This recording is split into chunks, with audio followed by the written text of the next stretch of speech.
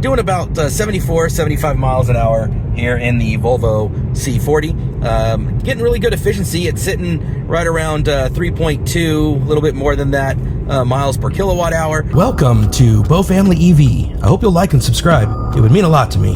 Let's go. We'd like to say that in our opinion it is not suitable for children or for those of you who may have a nervous disposition.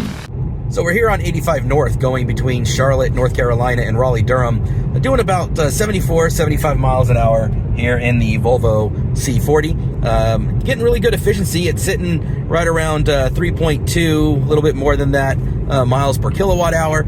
And when I left Hertz, it was telling me I was going to have about 17 miles of range left when I arrived at my destination, and it's up to 31%. So I can't complain about that. It's certainly a smooth, quiet ride. It's not particularly quick off the line. When I go and hit the foot pedal, it's got a little bit of travel there before it kind of get ups and goes.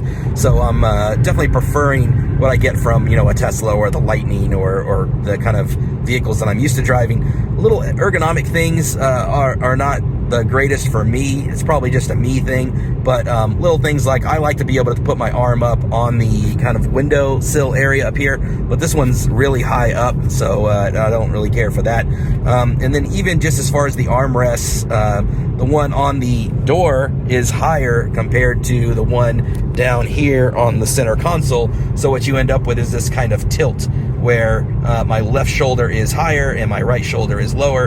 And so that's not the best for me, but that's just, again, probably a personal little nuance that nobody else would care about. It does have adaptive cruise control with lane centering, so I just have to kind of keep my hand on the wheel and it does its thing, which is nice. Visibility is pretty limited out of the rear view mirror. You really can't see that too well here with the dark, but it is a small little window. It does have a sunroof, so not really a sunroof, I guess, but a glass ceiling. So that's kind of typical, as you'll see in like the Model Y and Mustang Mach-E and those kind of things have all kind of gone to that glass roof. So yeah, overall, a great little compact SUV, and Volvo's known for safety and great driving comfort. So it doesn't blow me away. It's definitely not my particular type of vehicle, but I don't think you can complain about it. And for a rental, it's certainly fun to drive. And it's always kind of cool to be in a new vehicle and in a new area and check it out. And I'm definitely enjoying the ride and all of these amazing trees and colorful flowers and all the things that are here in North Carolina. Taking a look here at the software package on the Volvo C40, you can see here the instrument cluster behind the steering wheel, really well positioned, easy to see, right in your line of sight. Nothing's being blocked by the steering wheel itself. There's the speedometer on the left. You've got your GPS overlay right in the center, which I really appreciate. And on the right, it's going to show you your power and your regen. Then you've got your traditional center console screen. Not an overly huge screen, to be honest, but big enough. It's got your GPS on there now, but it's got Android Automotive. So with just a tap of this button or this button, it's going to bring up your software apps. It's got YouTube, which is only really used if you're stationary and parked charging or something. It's got your Google Maps and Spotify, YouTube Music, which I had to download and attach to my accounts. So it does have Apple CarPlay for those that like that.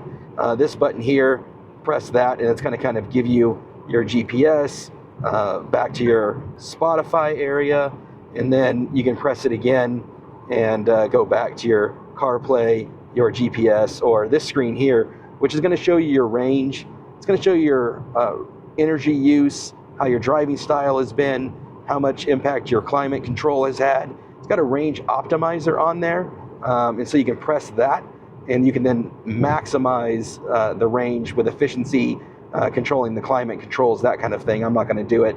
Right now I'm getting pretty good miles per kilowatt. On the whole trip, it's been 3.8 miles per kilowatt hour right now. So really fantastic there. So overall, the software is really intuitive. I'm surprisingly not as happy with the Android Automotive as I thought I would be, because I like having it sync to my phone. That way, when I do a voice to text or something like where I want it to synchronize, it mutes the sound system, which when I do it on my phone, when I do a voice command to my phone, it's not muting the Spotify or YouTube music. So that is a little bit different. But overall, the software is intuitive. And there's an area when we're parked here where I'll show you, you can go into the controls and set like one pedal drive and all those different aspects as well. So I'll show you that when we're parked. So now we've had an opportunity to park and we can take a look at some of the other software aspects of the Volvo C40. So you can see here you've got your cameras. So when you press that, one of the things I'm not really a fan of is how this view is really limited out the back. Almost similar to how the rear view mirror is very limited. So not a big fan of that, but it is what it is. And then you can go here, and this is where you can get your Android Automotive apps that you can download. You got the Play Store, so I was able to download for myself Spotify, YouTube Music, just logged in with my phone, and that was kind of convenient. It's got YouTube, which is only available, of course, when you're stopped, Waze and Maps for navigating, and then you can then go from here into your settings menu, and inside here is where I found the different aspects, like for driving, you've got off-road and standard, you've got pilot assist, which I have on, lane keeping, which is great. I didn't do the roadside information or any of that. This was off when I got into the car, which is one pedal. Love one pedal drive, so definitely wanted to have that there. And then you've got your different things like your charging. Right now I've still got 26% range. I do love this where you can limit the current. Right now it's set to 48 for AC charging. And in the Lightning, I don't have the ability to do this. I really wish it did. So this is something I'm a real big fan of, because I'd like to be able to bring that down if I need to, if I'm working off like a dryer outlet, or if I want to slow down the charging for some reason. This is something that I think is really fantastic. And then you've got your sound, and the sound in here is really great. So you can have driver focused or rear focused, or however you want to kind of do that. It's got surround sound and some little basic kind of, bass, treble, subwoofer, nothing amazing there, but the sound was great in the vehicle. I'm not an audiophile or anything like that. And then you get into your connectivity, so you got your Bluetooth, some Wi-Fi there, and so I can connect my phone there, but it doesn't have wireless Android Auto, because it does have Android Automotive built in. Then you get into your controls, and this is all the basic stuff, but there are some cool things here, like, for example, the headrest fold. You can take and fold the headrest behind you. And then you've got exterior mirrors tilt at reverse, which I'm a big fan of. I like that. Fold mirrors when locked. The Lightning does that, and I like that as well.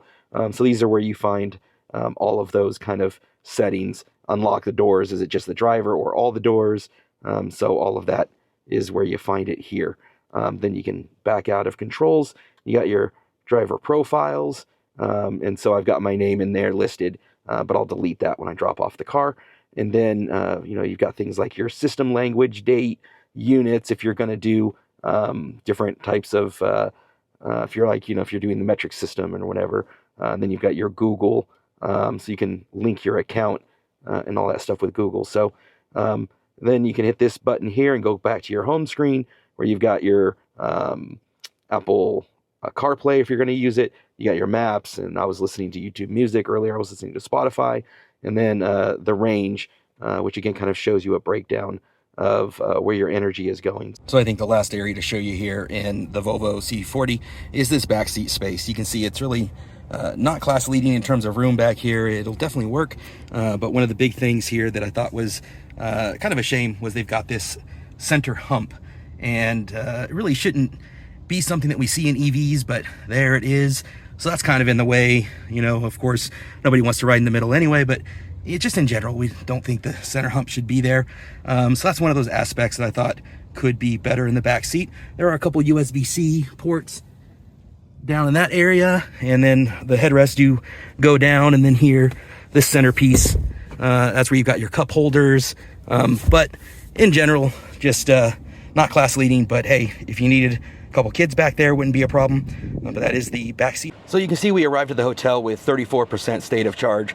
Absolutely thrilled with the Volvo C40. Couldn't be more pleased. The ride was great. I'm typically used to a bigger vehicle, obviously with the Lightning, but this was perfectly fine. It's got all this space that I need. It's got your 60/40 rear split seats. It's got plenty of area for bags and whatnot in the back here, and overall it's a great compact SUV.